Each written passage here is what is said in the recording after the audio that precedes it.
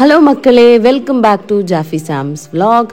இன்றைக்கி நம்ம போகிற இடம் தான் ஆத்தங்குடி பேலஸ். இந்த ஆத்தங்குடி பேலஸை பெரிய வீடுன்னு சொல்கிறாங்க.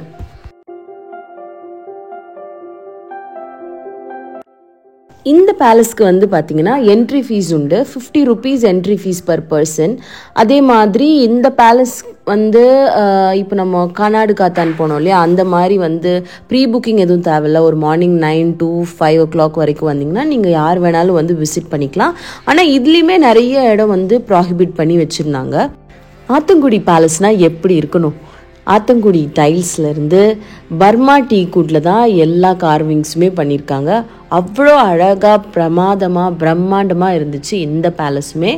நம்ம இப்போது கானாடு காத்தான் கூட கம்பேர் பண்ணலாமான்னா அப்படியும் நம்ம பண்ணக்கூடாது. இது ஒரு மாடலாக இருக்குது, அது ஒரு மாடலாக இருக்குது. பட் அதோட கார்விங்ஸ் எல்லாமே வேறு லெவலில் இருக்குங்க.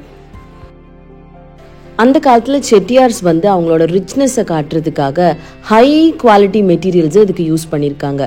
இட்டாலியன் மார்பிள்லேருந்து ஹேண்ட்மேட் ஆத்தன்குடி டைல்ஸ், அது மட்டும் இல்லாமல் ஜப்பனீஸ்லேருந்து சிராமிக்ஸு, பெல்ஜியன் கிளாஸு இதெல்லாம் யூஸ் பண்ணி தான் இந்த பேலஸை வந்து அவங்க பில்ட் பண்ணியிருக்காங்க. என்னை பொறுத்த வரைக்கும் இந்த பேலஸோட அழகே அதோட சீலிங் தாங்க.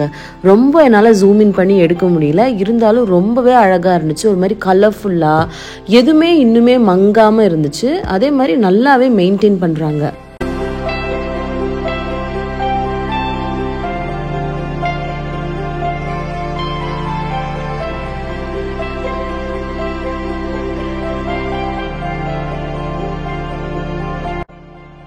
இங்கேயுமே நிறைய ரூம்ஸ் பார்த்தீங்கன்னா ப்ராஹிபிட் பண்ணி வச்சுருந்தாங்க, எல்லாமே லாக் பண்ணி வச்சுருந்தாங்க. ஸோ நாங்கள் கேட்டோம் ஏன் ஓப்பன் பண்ணலாம்ல அப்படின்னு சொல்லி. ஆனால் அவங்க என்ன சொன்னாங்கன்னா, இல்லை அது மெயின்டைன் பண்ணுறதே ரொம்ப கஷ்டம்னு. ஏன்னா இப்போ ஒவ்வொரு ரூமுமே ரொம்ப ஸ்பேஷியஸாக கட்டியிருக்கிறதா தான் சொல்கிறாங்க. அது மட்டும் இல்லாமல் இதோட வால்ஸ் எல்லாம் பார்த்தீங்கன்னா பிளாஸ்டரில் கோட் பண்ணியிருக்காங்க. எப்படின்னா லெமன், எக் ஒயிட்ஸ், ஷெல்ஸு இதெல்லாம் யூஸ் பண்ணி கோட் பண்ணியிருக்காங்களாங்க.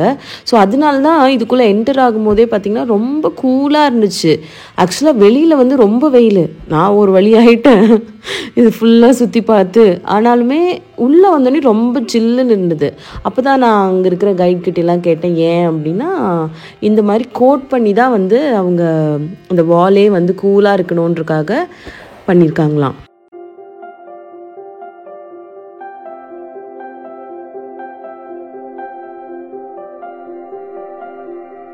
ஆத்தங்குடி பேலஸை விசிட் பண்ணதுக்கப்புறம் 1000 ஜன்னல் வீடும் பார்க்கலான்னு நினச்சோம். ஆனால் 1000 ஜன்னல் வீடு வந்து கானாடு காத்தான் பக்கத்தில் தான் இருக்குது. அது வந்து இப்போ வந்து அவங்க உள்ளே யாருமே அலோட் பண்ணுறது இல்லையா, ஏன்னா நிறைய லீகல் இஷ்யூஸ் போயிருக்குன்றனால. ஓகே, நம்ம ஆத்தங்குடி பேலஸ் பார்த்தாச்சு. இப்போ நம்ம எங்கே போயிட்டு இருக்கோன்னா வெங்கட்ராமனின் தறி, அதாவது நம்மளோட செட்டிநாடு ஹேண்ட்லூம் வீவிங் சென்டருக்கு நம்ம இப்போ போகலாம். பார்த்தீங்களா, இதுவுமே வந்து நம்ம இருந்த ஹோட்டல் பக்கத்தில் தான் இருக்குது. அதாவது நம்ம இருந்த ரிசார்ட் செட்டிநாடு கோட் இல்லாட்டி செட்டிநாடு மேன்ஷன் பக்கத்தில் தான் இருக்குது. எனக்கு உண்மையாகவே காரைக்குடி விசிட் பண்ணுறதுக்கு ரொம்ப பிடிச்சிருந்தது. ஏன்னா ரீசன் வந்து பார்த்திங்கன்னா மெயினாக அங்கே இருக்கிற பீப்புள் அவ்வளோ ரெஸ்பெக்ட்டுங்க. கோயம்புத்தூருக்கு அப்புறம் நான் ரெஸ்பெக்ட் ரொம்ப பண்ணுறாங்கன்னு பார்த்தா எனக்கு காரைக்குடியில் தான் ஃபீல் ஆச்சு.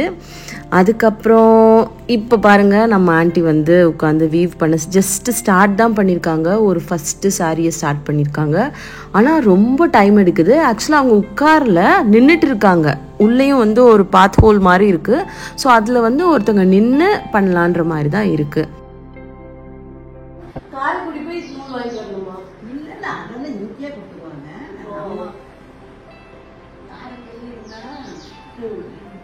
இங்க வந்துட்டீங்க, அங்க வந்து போக முடியாது. இன்னைக்கு இப்பதான் ஆரம்பிச்சிருக்கீங்களா? இப்பதான் இந்த வாட்டர் 2 வாட்டர் குழம்பு நீங்க வரலையே, அப்பதான் நான் தனியா இருந்தேன். எங்க விற்பாங்க இங்க புடவை? அது திறந்துருக்கா? இல்ல போய் வாங்கலாமா?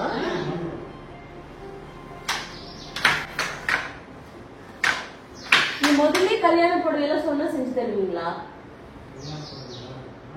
பட்டு புடவை,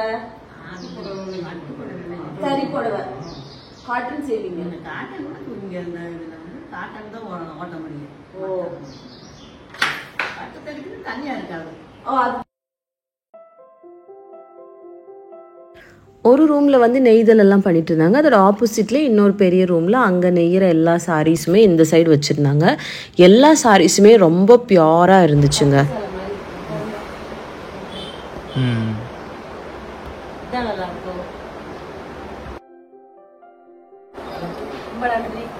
வெங்கட் ராமன் அங்கிளோட காண்டாக்ட் டீட்டெயில்ஸ் இதோ இருக்குது. நீங்கள் அவங்களுக்கு டைரெக்டாக கால் பண்ணி கூட வாங்கிக்கலாம்.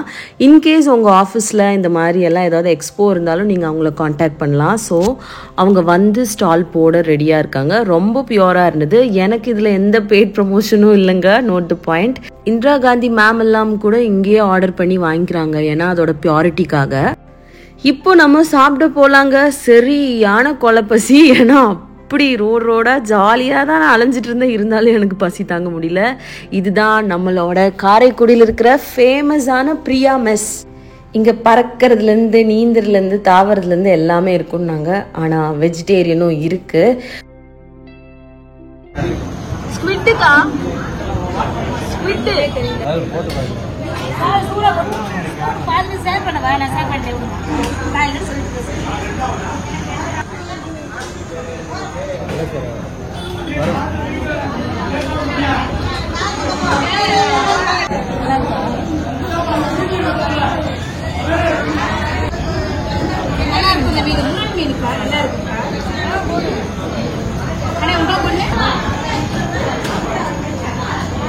இந்த ஹோட்டலை பொறுத்த வரைக்கும் என்னன்னா, கிடைக்கிற இடத்துல நீங்க போய் பேசாம உட்காந்துடணும். அதாவது இங்க ஷாம்லுக்காக கூட நான் வெயிட் பண்ணிருக்கவே கூடாது. ஏன்னா இடம் கிடைக்காது. It's like full. மத்தியானம் லஞ்ச் வரைக்கும் தான் சர்வ் பண்றாங்க. ஆனா செம்ம ஃபுல்லா இருக்கு, செம்ம ரஷ்ஷா இருக்கு. சிக்கன் தொக்கு குழம்பு, மட்டன் தொக்கு குழம்பு, அதுக்கப்புறம் நண்டு ரசம், எலும்பு ரசம்னு பல வெரைட்டி சாப்பிட்டேன். வந்து ஸ்குவிட் மட்டும் பிடிக்கலங்க. அது கொஞ்சம் எனக்கு ரொம்ப ஓவர் குக்டா இருக்கா இல்லை ஒரு மாதிரி இருந்தது, எனக்கு பிடிக்கல. ஆனால் அதை தவிர்த்து எல்லாமே சரியான டேஸ்ட்.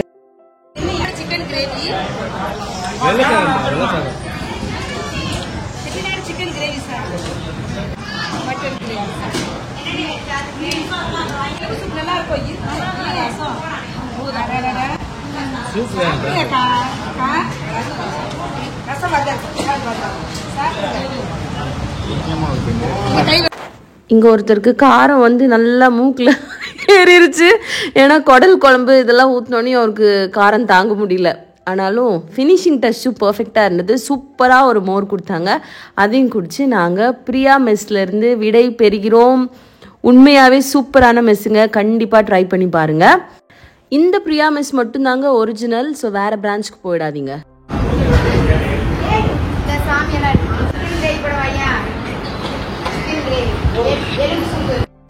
மூக்கு பிடிக்க நல்லா சாப்பிட்டு ஆக்சுவலாக பயங்கரமாக தூக்கம் வருது.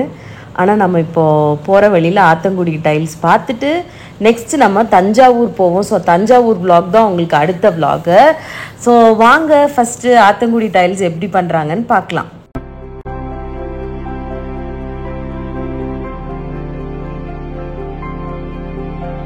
இந்த டைல்ஸை பார்த்தீங்கன்னா கிளாஸில் பண்ணுறாங்க. ஆனால் எனக்கு இதில் ஒரு கஷ்டமான பாட்டாக என்ன தோணுச்சுன்னா, இதுக்குள்ளே ஒரு பயங்கரமான வால்யூம் சவுண்டாகவும் இருக்குது இந்த ஒர்க் பண்ணுற ஏரியா. போதாதுக்கு அவங்க கையெல்லாம் பெயிண்ட் ஆகுது, டஸ்ட்டாக இருக்குது. ஸோ ரொம்பவே கஷ்டப்பட்டு தாங்க இது பண்ணுறாங்க. என்ன தான் இருந்தாலும் அவங்களோட டெடிகேஷன் வந்து வேறு லெவலில் இருக்குங்க.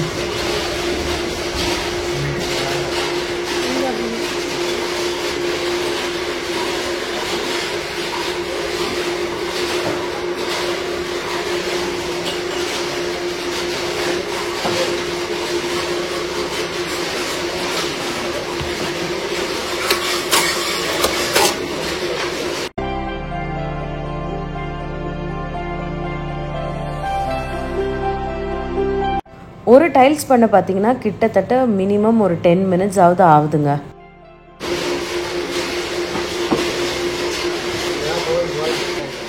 அப்புறம் தண்ணிக்குள்ளே போட்டுருவீங்க. ஓ,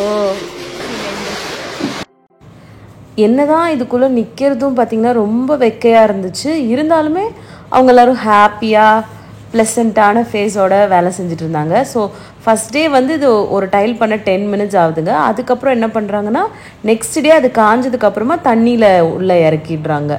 நாங்கள் எல்லா பேட்டர்ன்ஸ்லேயுமே ஒவ்வொரு டிசைன் வாங்கிக்கிட்டோம். ஸோ எங்களோட வாலில் வந்து என்கிரிப்ட் பண்ணலான்றதுக்காக பண்ணோம்னா நாளைக்கு நம்ம இங்கே போயிருக்கோன்றது நமக்கு அது ஃபீலிங் இருக்கும் இல்லையா. அதுக்காகவே வந்து ஒரு ஒரு 8-9 டிசைன்ஸ் கிட்ட அவர் வாங்கினார். அப்புறம் இந்த சில டைல்ஸ் இந்த ப்ளூ அப்புறம் எல்லோ கலர் எல்லாம் வந்து நிறைய பேருக்கு கொடுக்கறதுக்காக வாங்கினோம். ரொம்ப அழகாக எங்களுக்கு இந்த நியூஸ் பேப்பர்லாம் போட்டு ஃபோல்ட் பண்ணி பேக் பண்ணி கொடுத்துட்டாங்க. ஆனால் இதில் ஹார்டஸ்ட் பார்ட்டுனா ஈஸியாக இருக்கும்னு நினச்சி தூக்குனா செம வெயிட்டாக இருந்துச்சுங்க. ஓகேங்க, பாய் சொல்கிற நேரம் வந்துடுச்சு. தேங்க்யூ ஃபார் வாட்சிங் ஜாஃபி சாம் vlog. அடுத்து நாம் தஞ்சாவூர்லேருந்து பார்க்கலாம்.